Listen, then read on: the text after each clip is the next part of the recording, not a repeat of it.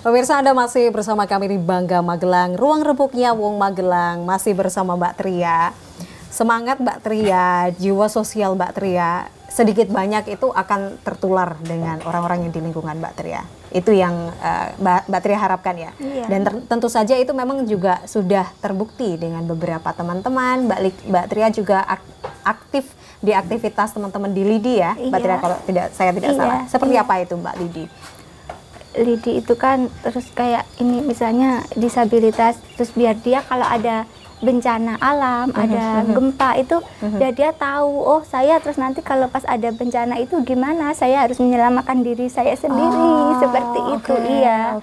Kalau di pengungsian paling saya cuma ngasih ini trauma healing, biar mereka itu kan waktu ada kejadian biasanya kan pada trauma gitu, terus nanti kita di pengungsian ngasih itu sama ngasih motivasi sama teman-teman juga. Oke. Jadi aktivitas teman-teman di LIDI itu memang khusus untuk menyikapi bencana. Iya. Karena itu juga udah dibimbing dari BPBD. Iya, udah 3 tahun mengikuti kegiatan seperti itu. Iya, dan kemarin itu kita sempat bertemu ya Mbak Tria di salah satu tempat pengungsian di Deyangan. Itu pertama kali saya pribadi dan juga teman-teman tim dari Magelang TV yang bertemu Mbak Tria di sana. Kita sangat merasa kagum dan benar-benar jatuh hati pada Mbak Tria pada saat itu, di mana tak perlu menunggu bahwa merasa mampu untuk membantu orang lain gitu ya.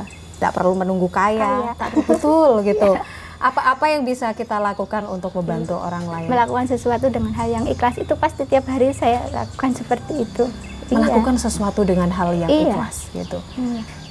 Lalu aktivitas-aktivitas lainnya yang Mbak Tria lakukan lainnya selain bersama teman-teman LIDI, ada program-program lainnya yang saat ini atau tengah gencar dilakukan, karena diketahui juga ya untuk Magelang sendiri tengah menghadapi bencana yang cukup serius gitu, yang semoga kita berharap juga tidak semakin memburuk begitu ya Mbak Tria. Iya, pokoknya untuk ya ini cuma pesan untuk teman-teman disabilitas ya. Pokoknya jangan kayak ketinggalan informasi lah. Jadi tahu tentang dunia luar gitu. Kalau besok kalau mau ada bencana itu kan biar ngerti mereka nggak mungkin kan dari lingkungan sekitar peduli dengan disabilitas. Saya sendiri sudah yang merasakan. Sudah merasa, memang tidak Mbak Tria sendiri merasakan tidak semua peduli ya Mbak Tria? Iya, di tempat pengungsian juga itu kan kita juga disamakan dengan mereka yang ada di pengungsian kan kasihan gitu. Terus nggak difasilitasi kayak kursi roda, terus duduk tidurnya juga di bawah itu. Melihat kondisi seperti itu, apa sebenarnya yang perlu dilakukan pemerintah mungkin? Melihat Mbak Tria tadi menyebutkan tidak ada penyediaan kursi roda yang pas, lalu tempat tidur. Apa sebenarnya yang harus tepat diberikan kepada teman-teman penyandang disabilitas Mbak Tria? Ya kalau kita misalnya lagi ada bencana seperti itu ya kita difasilitasi yang berbeda gitu, khusus untuk disabilitas kayak kamar mandi, terus tempat tidur, terus alat bantunya mereka apa gitu. Biar dia itu nggak kesulitan, soalnya kan tempatnya di rumah sama di sana berbeda ya, terus fasilitasnya juga pasti. Dia mau keluar dari tempatnya itu pun sudah malu karena banyak orang kan Mbak. Apa sih Mbak kesulitan terbesar yang dirasakan teman-teman ataupun yang pernah dirasakan Mbak Tria sebagai penyandang disabilitas? Ya kadang kalau saya itu senang sih berjiwa sosial gitu kan ya. Tapi kadang saya ngajak temen ke sana kemari gitu. Tapi kadang aku kasihan juga kalau kita kosong terus gimana gitu kan. Kan kalau mereka kan pada naik motor, kalau saya kan mobilisasinya belum ada, ya udah jalan satu-satunya paling kalau nggak naik kendaraan umum ya. Kalau nggak nge-grab ya paling bareng sama temen gitu. Kalau enggak ya minta tolong. Itu tantangan yang Mbak Tria alami sejauh ini ya? Iya. Teman-teman juga mungkin merasakan hal yang sama atau bahkan lebih? Sama. Mereka malah lebih ini lagi ya, kalau pergi nggak sama orang tuanya malah nggak begitu pada bisa. Karena itu tadi Mbak Tria ingin membantu teman-teman agar mandiri itu tadi ya Mbak Tria? Itu yang lebih utama gitu, karena gimana agar tidak bisa merepotkan orang lain. Kalau Mbak Tria melihat kondisi teman-teman penyandang disabilitas di Magelang ini seperti apa Mbak? Ya maksudnya ya sebagian ya sudah apa ya Mbak, sudah cukup mandiri ya? Iya, terus sebagian udah mandiri, sebagian belum. Karena yang belum itu karena dia mau gabung sama disabilitas dia masih takut gitu. Oh nanti saya di luar sana gimana gitu. Karena mereka mungkin sudah terbiasa di rumah sama orang tuanya kayak makan ya ada, mau mandi udah disiapin gitu. Mungkin mereka kan belum bisanya di situ gitu. Oke. Memang banyak tantangan-tantangan itu ya Mbak Tria. Iya, kalau terjadi di luar. Iya, karena nggak di rumahnya sendiri mereka kan jarang-jarang yang bisa. Benar-benar. Mohon maaf Mbak Tria, apakah ada seperti kata-kata yang tidak pantas yang dilontarkan orang-orang yang berada di lingkungan?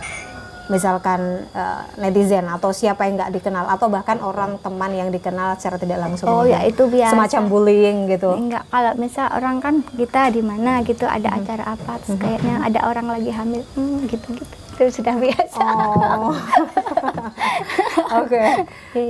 Ya tentu sedikit banyak itu tentu menyinggung ya Mbak Tria ya. Iya. Apa-apa yang membuat Mbak Tria itu tetap semangat, tetap it's okay. Iya. Karena saya seperti ini ya karena mungkin mereka belum belum tahu lah tentang tidak tahu tentang disabilitas. Mungkin dikiranya udahlah seperti itu di rumah aja paling ya seperti itu. Pemikirannya mereka ya orang kan beda-beda kan Mbak ya. Menurut Mbak Tria seorang penyandang disabilitas itu harus seperti apa sih? Ya pokoknya meskipun mereka mandiri tapi kita tuh misalnya berjuang tapi nggak ada kata telat ya Mbak ya. Betul. Pokoknya, bisa memulai kapanpun. Iya. Nah, dari sekarang pokoknya apapun yang bisa dilakukan aktivitas di rumah dulu misalkan itu harus dibiasakan sendiri gitu. Jangan minta pertolongan sama orang tua ya nanti kalau orang tua kita sudah tidak ada seperti itu ya. Kita tidak pernah tahu yang seperti Mbak Tria tadi yang menceritakan ya mohon maaf ayah Mbak Tria sudah nggak ada. Kemudian saat ini Mbak Tria dibantu dan juga disupport penuh baik itu secara motivasi kata-kata oleh bule Mbak Tria gitu.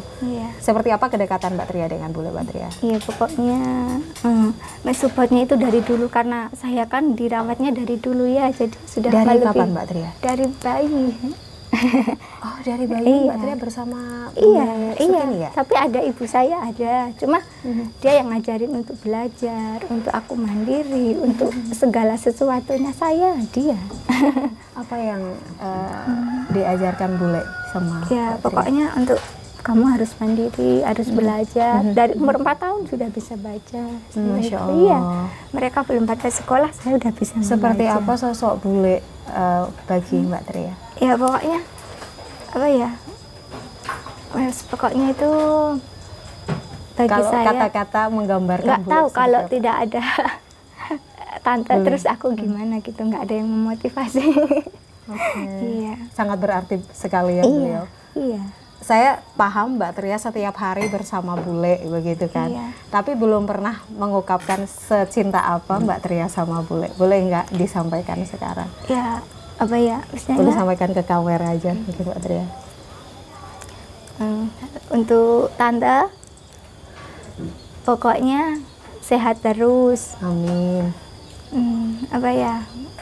Sekarang aku sudah mandiri, sudah tidak maksudnya merepotkan sih masih kemana-mana saya sudah bisa sendiri. Kalau dulu kan di bawah. Beliau segalanya ya. Iya. Oke. Nanti kita masih berbincang lagi bersama Mbak Tria dan berikut ini sedikit Viti ngobrol bersama langsung bule Mbak Tria. Sesaat lagi.